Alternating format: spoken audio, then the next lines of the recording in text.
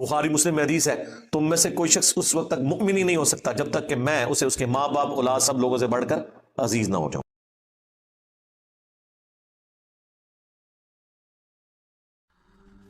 یہ جو وحدت امت کے نام کے اوپر یا امت کو جوڑنے کے نام کے اوپر یا کبھی پوری دنیا میں جی اگر خلافت قائم ہو گئی تو پھر کیا ہوگا، جی ایک خلیفہ ہوگا تو پوری دنیا میں ایک ہی عید ہوگی، ایک ہی وقت میں رمضان شروع ہوگا، یہ ہوگا۔ میرے بھائی، اسلام کو اس طرح کی کوئی چیز مطلوب نہیں ہے، اور اسلام میں اس طرح کا عقیدہ رکھنا محض جہالت ہے، بدعت ہے، حرام ہے۔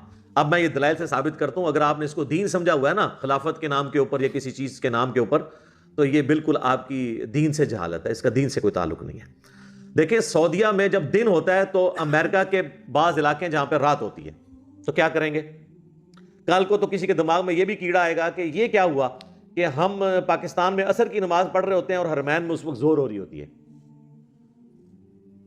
ہم یہاں پہ عشاء پڑھ رہے ہوتے ہیں، وہاں پہ مغرب ہو رہی ہوتی ہے، کیونکہ ہم GMT+5 میں تو 2 گھنٹے کا فرق ہے، تو کل کو نمازیں بھی آپ ایک کرنے کی کوشش کریں گے۔ اس طریقے سے نہیں ہوتا۔ رؤیت ہلال کا جو ایشو ہے، مون سائٹنگ کا ایشو، یہ کوئی نیا ایشو نہیں ہے، شروع سے ہے۔ اس حوالے سے قرآن حکیم میں اور بخاری اور مسلم میں خصوصاً جو احادیث موجود ہیں وہ بالکل واضح ہیں، اس میں کوئی گنجائش ہی نہیں ہے کہ اس میں کوئی باطل داخل ہو سکے۔ سب سے پہلے تو سورۃ البقرہ کی آیت نمبر 189 ہے۔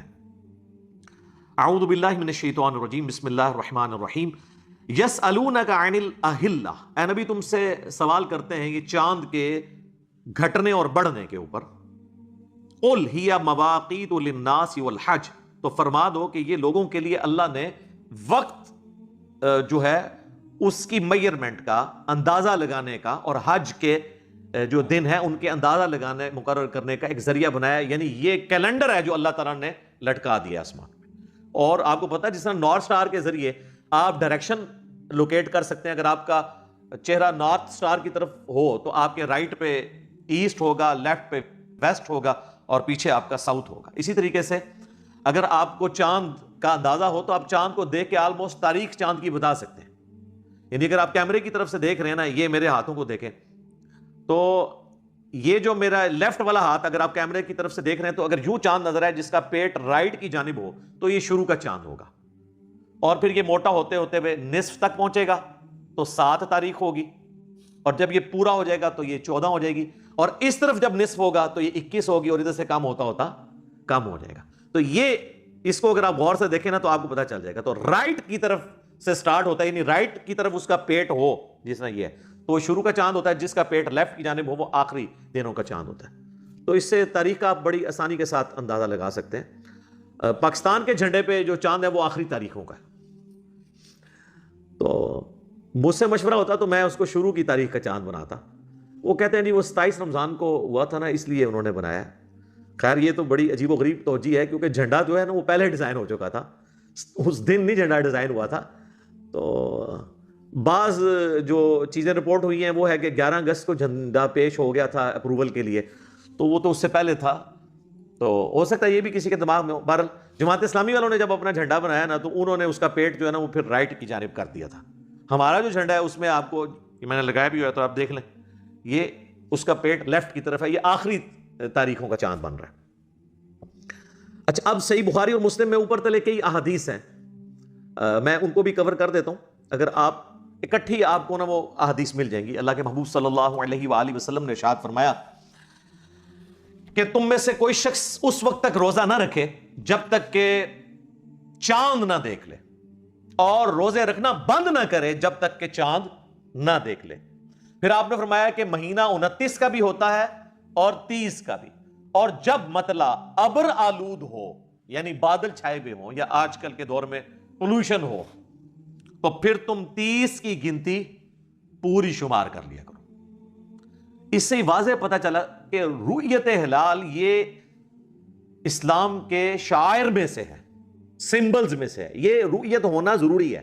میں فنیٹک نہیں ہوں کہ اگر بادل آئے ہوئے ہیں اور اگر آپ بادلوں کے اوپر جہاز بھیج دیتے ہیں اور وہ دیکھ لیتا ہے تو ٹھیک ہے، رؤیت ہو گئی، لیکن یہ نہیں ہے کہ بادلوں کے اوپر بھی چاند ابھی تک دیکھے جانے کے قابل نہیں ہے اور آپ کہیں جی چونکہ بادل آئے ہوئے ہیں تو اس لیے چھپا ہوا ہے ورنہ نظر آ جاتا، اس طرح نہیں۔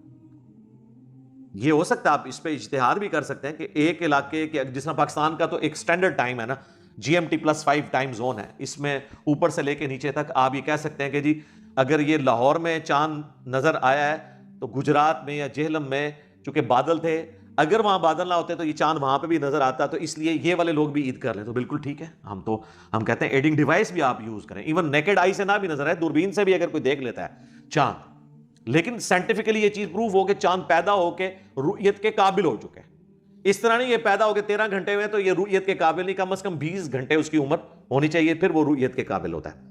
تو نبی علیہ السلام نے واضح فرما دیا کہ پھر آپ نے 30 کی گنتی پوری کرنی ہے. اور اس میں ایک بڑی انٹرسٹنگ حدیث ہے صحیح مسلم میں، صحابہ کہتے ہیں ہم عمرے کے لیے روانہ ہوئے تو راستے میں جب ہم نے رمضان کا چاند دیکھا تو کسی نے کہا یہ دوسری کا ہے، کسی نے کہا تیسری کا ہے. تو ابن عباس سے جب ڈسکشن کی گئی تو انہوں نے فرمایا کہ یہ دوسری تیسری کے کام چھوڑو. نبی علیہ السلام نے فرمایا تھا جب تم چاند دیکھو نا اسی وقت رمضان شروع ہوتا ہے. اور بعض اوقات اللہ تعالیٰ چاند کو بڑا کر کے بھی دکھا دیتا ہے. ظاہر ہے کہ جی چاند جب اگر آپ کو 30 روزوں کے بعد نظر آئے گا تو بڑا ہی نظر آئے گا کیونکہ اس کی عمر زیادہ ہوگی. کہتے ہیں موٹا کیوں نظر آیا؟ سائنس پڑھو نا سر، تھوڑی پڑھے لکھے بن جاؤ، کوئی ٹیکنیکل چیزیں لرن کر لو. مطلب لوگ کہتے ہیں جو 80 تے آج تک ایسی کوئی گل سنی نہیں، قرآن دی سی تسی قرآن حدیث پڑھے ہی نہیں، تو قرآن دی نہ قرآن حدیث پڑھا نہ سائنس پڑھی. تو علم حاصل کریں، علمی شغف رکھیں. اب میرے بھائیو اس حوالے سے ایک اور حدیث جو ڈیسائسیو ہے، اسی کے اوپر ہم کنکلوڈ کریں گے، وہ صحیح مسلم میں حدیث ہے. وہ حدیث جامعہ ترمذی میں بھی موجود ہے، وہ حدیث صحیح ابن خزیمہ کے اندر بھی موجود ہے، اور کئی احادیث کی کتابوں میں ہے. اور اس حدیث کے اوپر محدثین نے اپنے فہم بھی لکھے ہیں، وہ میں بعد میں بتا دیتا ہوں. صحیح مسلم میں حدیث ہے کہ حضرت معاویہ رضی اللہ تعالیٰ عنہ کے دور ملوکیت میں، جب آلموسٹ آپ سمجھ لیں 3 براعظموں میں مسلمانوں کی حکومت تھی، وہاں سے آپ دیکھ لیں شام سے لے کر یہاں پہ خراسان تک، افغانستان تک، تو ان کے دور میں صحیح مسلم کے الفاظ ہیں. ایک صحابی کہتے ہیں میں حضرت معاویہ رضی اللہ تعالیٰ عنہ کو ملنے گیا تو ہم نے وہاں رمضان کا چاند جمعے کی رات یعنی جمعرات اور جمعے کی درمیانی رات کو دیکھا. جب میں واپس آیا مدینہ شریف تو عبداللہ ابن عباس رضی اللہ تعالیٰ عنہ سے گپ شپ شروع ہوئی تو انہوں نے پوچھا کہ بھئی تم نے چاند کب دیکھا تھا؟ تو انہوں نے کہا ہم نے تو جمعے کی رات کو یعنی جمعرات اور جمعے کی درمیانی رات کو دیکھ لیا تھا، اور ہم نے جمعے کو روزہ رکھا، اور حضرت معاویہ رضی اللہ تعالیٰ نے بھی اس وقت انہوں نے بھی روزہ رکھا. تو ابن عباس نے کہا واللہ کیسے ہی؟ انہوں نے کہا لیکن انہوں نے کہا ہم نے تو مدینہ شریف میں جو ہے وہ ہفتے کی رات کو چاند دیکھا تھا، یعنی جمعے اور ہفتے کی درمیانی رات. تو اس نے پھر پوچھا کہ پھر حضرت معاویہ کے روزے کا کیا بنے گا؟ ان کا حضرت معاویہ اپنے علاقے کے مطابق اپنا روزہ لے کے چلیں گے اور ہم حضرت معاویہ کو فالو نہیں کریں گے. ہم جب تک چاند نہ دیکھ لیں ہم روزہ رکھنا بند نہیں کریں گے اور عید نہیں منائیں گے، اور اگر چاند نہ نظر آیا ابر آلود ہونے کی وجہ سے تو ہم 30 کی گنتی پوری کریں گے، کیونکہ ہمیں نبی علیہ السلام نے یہی حکم دیا تھا کہ ہر علاقے کی اپنی رویت کا اعتبار ہے. تو یہ جو لوگ کہتے ہیں نا خلافت قائم ہو جائے، ایک خلیفہ ہو تو پوری دنیا میں ایک عید ہو، ایک کہانیاں بند کرو. جدوں ایک خلافت ایک سی نا یا ملوکیت، اس ٹائم بھی ابن عباس کہہ رہے ہیں کہ حضرت معاویہ اپنی عید کریں گے شام کے مطابق، مدینے میں بھی ان کی حکومت تھی، مدینے میں ہم اپنے رویت کے مطابق کریں گے. اور اس میں ایک اور پھکی لے لیں کہ شام میں چاند سعودیہ سے بھی پہلے نظر آ گیا. تو یہ جو سعودیہ پارٹی یہاں ریالوں والی بیٹھی ہوئی ہے نا، جو کہتی ہے جی سعودیہ کے ساتھ کریں، تو ان کو کہیں کہ سعودیہ کے ساتھ نہ کریں. صحیح مسلم میں ثابت ہو گیا کہ سعودیہ سے بھی ایک دن پہلے چاند شام میں نظر آیا. تو ویسے اس وقت تو شام میں زیادہ تر جو ہے وہ شیعہ ہیں، تو ان کو کہنا چاہیے شام کے ساتھ کریں یا افریقن ملکوں کے ساتھ کریں، کیونکہ سعودیہ والوں کو بھی یہ کہ وہ افریقن ملکوں کے ساتھ کریں، وہاں آپ سے بھی پہلے چاند نظر آتا ہے. یہ میں الزامی جواب اینٹی وینم پھکی کے طور پہ بات کر رہا ہوں، اور سر اپنے اپنے مطابق کرنا ہے. اور اس وقت ساری جگہ پہ مسلمانوں کی حکومت تھی، وہاں پہ بنو امیہ تھے یورپ میں، اور باقی پورے ایریے پہ بنو عباس کی حکومت تھی. تو انہوں نے کہا نہیں، ہر علاقے کے لوگ اپنی رویت کے مطابق چلیں گے. یہ اتنی واضح چیزوں کے بعد یہ رٹ لگانا کہ سعودیہ کے مطابق کریں گے، سعودیہ کے مطابق کریں گے، یہ کہانی کرانی بند کریں. اس کا کوئی ریالٹی سے تعلق نہیں ہے، نہ قرآن و سنت کے دلائل کے ساتھ اس کا تعلق ہے. بہرحال جہاں پہ اب چاند نظر نہیں آتا تو وہ اپنے قریبی علاقوں کے ساتھ اجتہاد کریں. امریکہ کے بعض علاقوں میں چاند نظر نہیں آتا، یورپ میں نظر نہیں آتا بعض جگہوں پہ، تو ان کے قریب والے جو علاقے بنتے ہیں نا، جہاں سے وہ اجتہاد کر سکتے ہیں کہ یہ ایک ٹائم زون ہے، وہاں پہ یہ ہے تو یہاں پہ بھی نظر، اس اعتبار سے وہ اس کے مطابق کریں.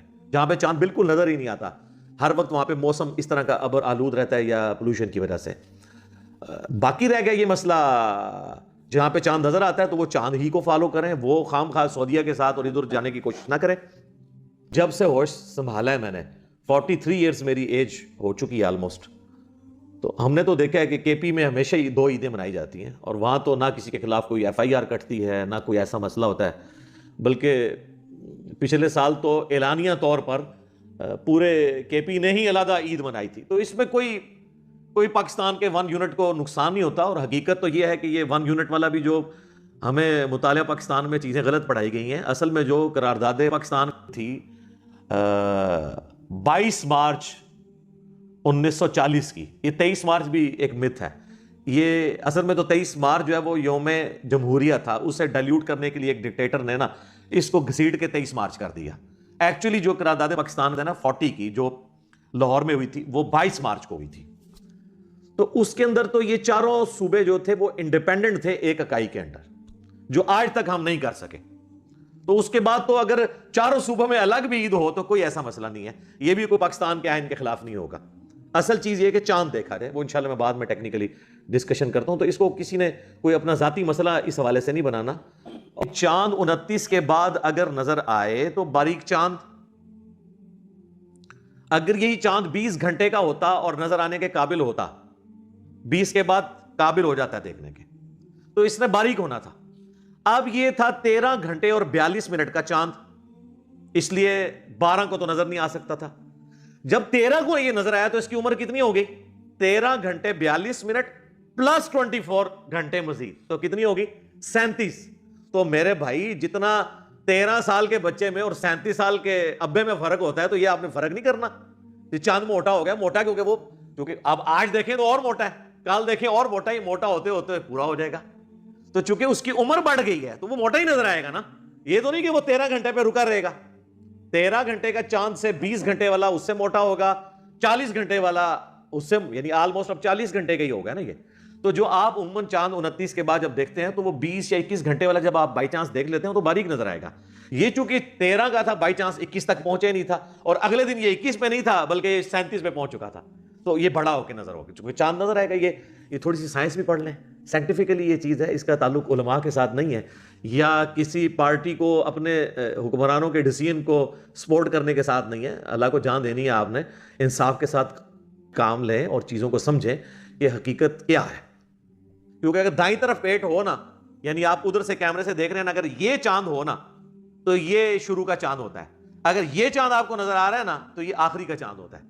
تو یہ یعنی آپ اگر کیمرے کی طرف سے دیکھ رہے ہیں نا تو دائیں طرف جو یہ پیٹ ہو نا تو یہ شروع کے چاند ہوتے ہیں باریک، اور یہ والا جو ہے یہ آخر کا چاند ہوتا ہے۔ پہلے یہ باریک ہوتا ہے، پھر آہستہ آہستہ ہوتا ہے، یہ آدھے سرکل تک پہنچ جاتا ہے، وہ 7ویں کا ہوتا ہے، جب پورا ہو جاتا ہے 14، پھر ادھر جب آدھا ہوگا تو وہ 21ویں کا ہوگا، اور اس کے بعد پھر کم ہوتے ہوتے اس طریقے سے یہ چاند کی جو ہے نا وہ منازل طے ہوتی ہیں۔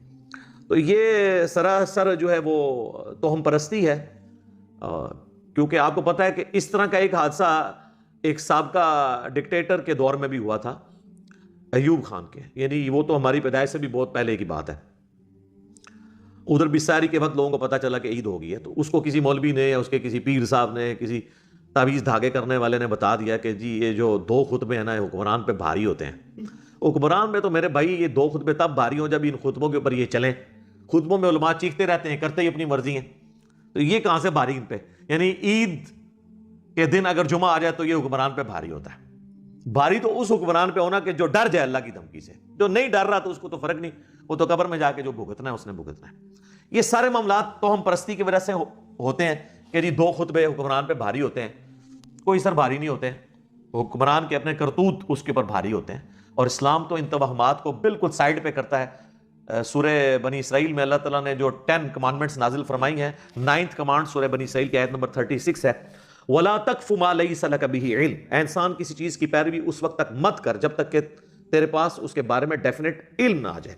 إِنَّ السَّمْعَ وَالْبَصَرَ وَالْفُؤَادَ كُلُّ أُولَٰئِكَ كَانَ عَنْهُ مَسْئُولًا، بے شک کان، آنکھیں اور عقل، دل ہو یا دماغ کوئی بھی چیز، اس کے بارے میں تم سے پوچھا جائے گا کہ ان 3 انسٹرومنٹس کو تم نے یوز کر کے حق بات تک پہنچنے کی کوشش کیوں نہیں کی۔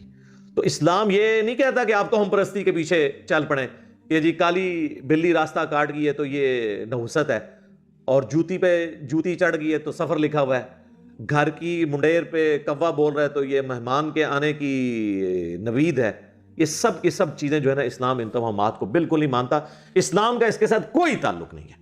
اب کوئی اپنے آپ کو کتنا بڑا مسلمان ثابت کرتا رہے، اگر وہ اس طرح کے توہمات میں پھنسا ہوا ہے یا کوئی اس کو اس قسم کی پٹیاں پڑھاتا ہے. میں یہ اشارتاً بات کر رہا ہوں تاکہ ہدایت کا دروازہ کسی کے لیے بند نہ ہو، کہ اگر کسی کے دماغ میں کسی نے یہ بات ڈال دی ہوئی ہے نا، اور یہ ہمارے حکمرانوں کے ساتھ ہمیشہ مسئلہ رہا ہے، ہمارے موجودہ حکمران ہوں یا اس سے پہلے بھی جتنے حکمران ہیں، یہ سارے اس قسم کی چکر بازیوں میں پھنسے رہتے ہیں. کوئی کسی ننگے پیر سے جا کے چھڑی مروا رہا ہوتا ہے، کوئی کہتا ہے جی پانیوں کا سفر نہیں کرنا، آپ نے پہاڑوں کی طرف سفر نہیں کرنا.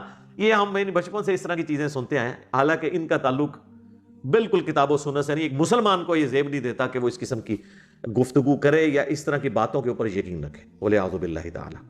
تو یہ چند ایک چیزیں تھیں جو میں نے بیان کر دی اللہ کے فضل سے. آخر میں ایک تفنن کے طور پر سوال چھوڑ دیتا ہوں اپنے آڈینس کے لیے، کہ یہ آپ کے لیے ایک کوسچن ہے. ہمارے آفس میں بھی ایک کولیگ ہیں، وہ بھی انجینئر ہے میکینیکل، میرے اسسٹنٹ کے طور پہ بھی ہیں، اور وہ پٹھان ہے اور وہ کے پی کے رہنے والے ہیں. وہ کہتے ہیں جی علی بھائی مجھے یعنی آلموسٹ ہوش سنبھالے ہوئے 30 سال ہو گئے ہیں، کے پی میں کبھی 30 روزے نہیں ہوئے، 29 ہی ہوتے ہیں. ہمارے لوگوں کو چاند نکالنے کی بھی جلدی ہوتی ہے رمضان کا، اور عید کا چاند نکالنے کی. تو یہ مجھے ذرا ڈیٹا چاہیے کہ پچھلے 30 سالوں میں کے پی میں کتنی دفعہ 30 روزے ہوئے ہیں. ٹھیک ہے، 29 روزے ہی ہوتے ہیں.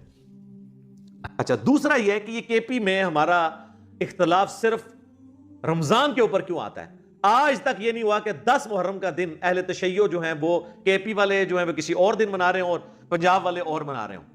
اس طرح نہیں ہوتا.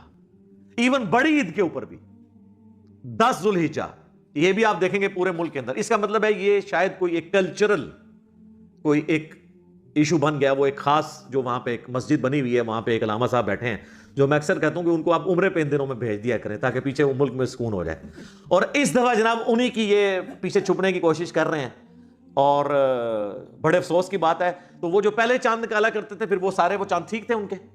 یعنی آپ اپنی عقل کو فالو کریں، پڑھے لکھے لوگ ہیں آپ، توہم پرستی کی بجائے اور ایک خام خواہ کسی ملک کو خوش کرنے کی خاطر یا کسی اور چکر میں دین کا تو حلیہ نہ بگاڑیں. ہمارا کام تھا کہ ہم آپ کو کتاب و سنت کے دلائل کی روشنی میں، سائنس کی روشنی میں یہ ساری چیزیں بتاتے.